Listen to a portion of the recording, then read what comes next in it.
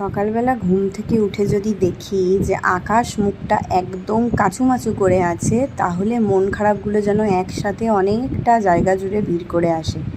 তো এইরকম একটা ওয়েদারে এক কাপ চা তো চলতেই পারে।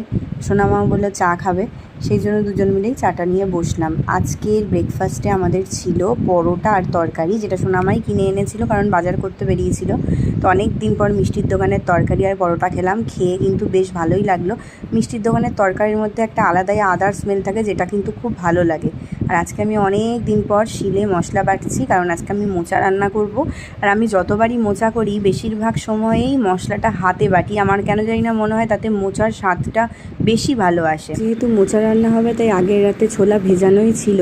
আর আমার আবার নিরামিষ মোচা খেতেই সবথেকে বেশি ভালো লাগে। এর যে ঘি গরম মশলার গন্ধটা, সেটা আমাকে অনেক বেশি টানে। তবে মোচা রান্না করার পরই এই যে মোচাটা আমার দিকে তাকিয়ে থাকে, এর কারণটাই আমি বুঝি না।